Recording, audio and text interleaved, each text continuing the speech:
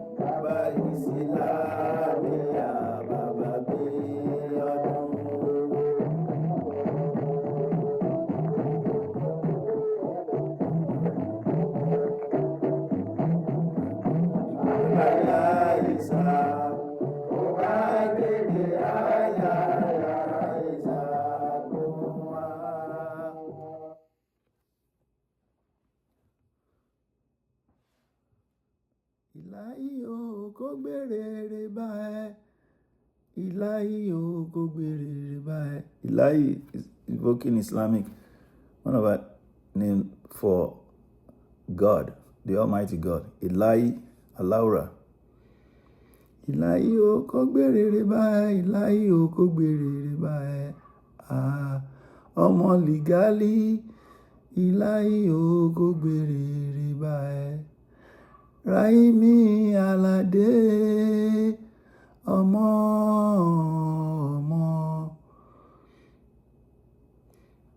ọmọ ní mọ́ta mi o, bàbá Shakirudini o, bàbá ní mọ́ta mi o, bàbá Olúṣẹ́gun Fọláràn wọn o, bàbá Rashidatu mi o, bàbá Fatai mi o, bàbá Shakiru mi o, bàbá Ramonu mi o, bàbá Riliwanu mi o. Àgbẹ̀ ọmọ àgbẹ̀ ló ń sọ fún ẹ, olóhun tó wùn ẹ́ kó máa ṣe, ó lára tó wùn ẹ́ kó máa dá. Àgbẹ̀ ọmọ àgbẹ̀ It's a nickname for the founder of Agbomagbe Bank, which later became Welma Bank. Agbomagbe is something that you keep taking from and you never run out. It's like water that you kept fetching from but never run out. Agbomagbe. Agbomagbe was Chief Matthew Adekoya Okupe. And he founded the Agbomagbe Bank in May 2nd, 1945. So if you use that as your psycher or seeker to figure out when this record was released, it will have been post May 1945, but it will be around, so it will be probably late 1940s or early 1950s. For those of you that are into Sakara genre, you probably said, I've heard that lyric before. Ilahi rere. Yes, you are correct. Yusuf Olatunji used it in his volume 1B, Jammal song.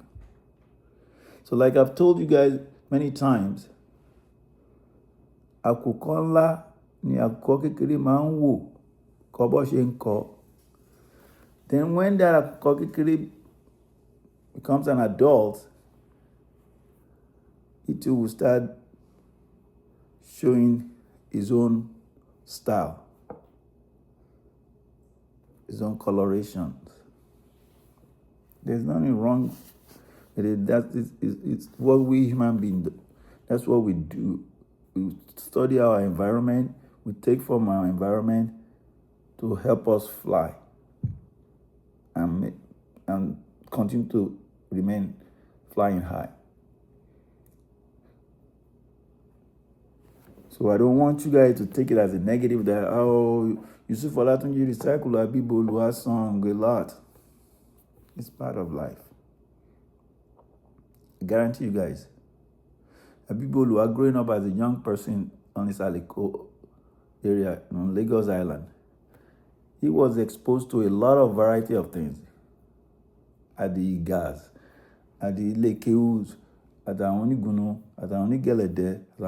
So he picks from his environment too to come up with his composition. Let's hear Yusuf Olatunji version. How he used the format.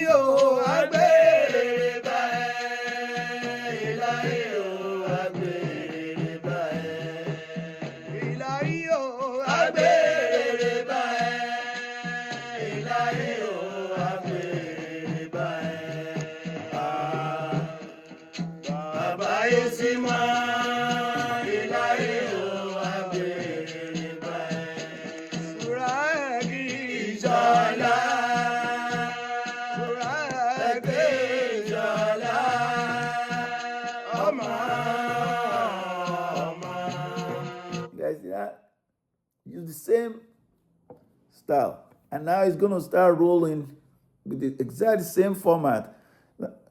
You start laying out the characteristics of Suraiki in Yoruba. characteristics, their core characteristics, their family.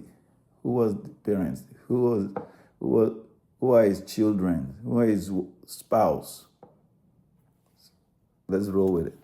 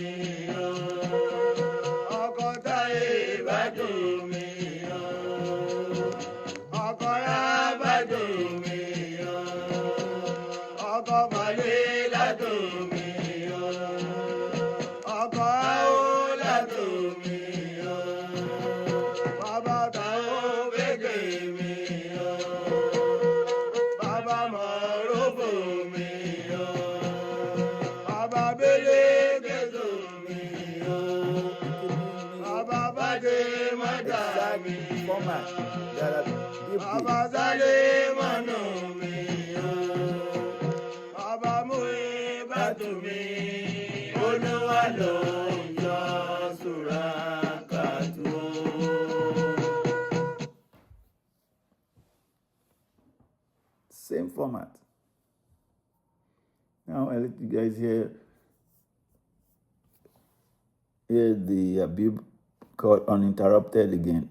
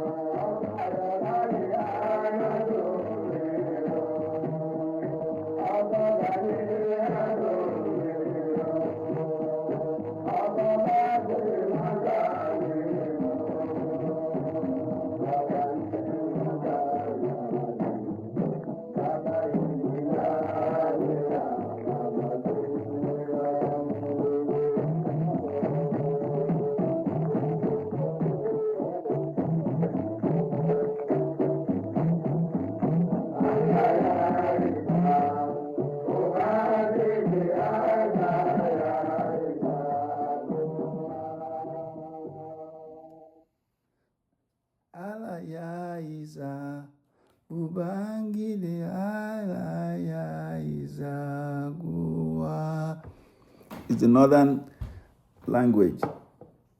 God bless all of us all. The drum beat that Mimilọla beats here is more parallel to the lyrics. Ilahi o agbèrèrè bá ẹ. So Mimi was saying, gbèrèrè bá mi, Elédùmarè, gbèrèrè bá mi, dọ̀dẹ̀ mi, dọ̀dẹ̀ mi, gbèrèrè bá mi, dọ̀dẹ̀ mi, dọ̀dẹ̀ mi, gbèrèrè bá mi, Ọlọ́run ọba, gbèrèrè bá mi.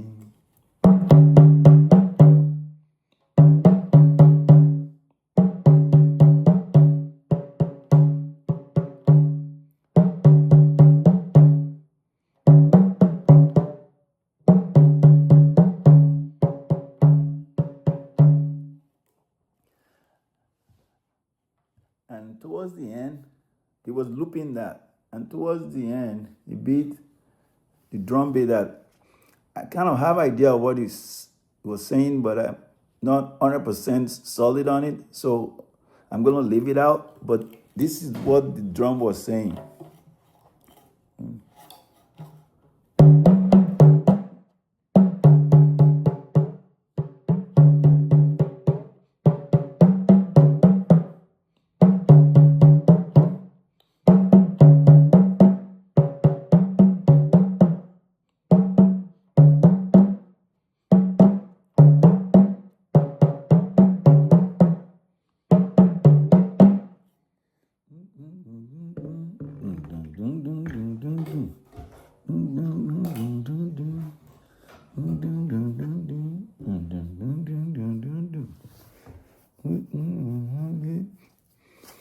Yeah, leave a comment if you know much about the Rahimi Alade Ligali. Leave a comment or about the recycling of this Ilahi Agbere by or whatever positive comments you would like to leave. We'll keep learning. We'll keep studying. You guys stay blessed. This is Jammal. I'm out.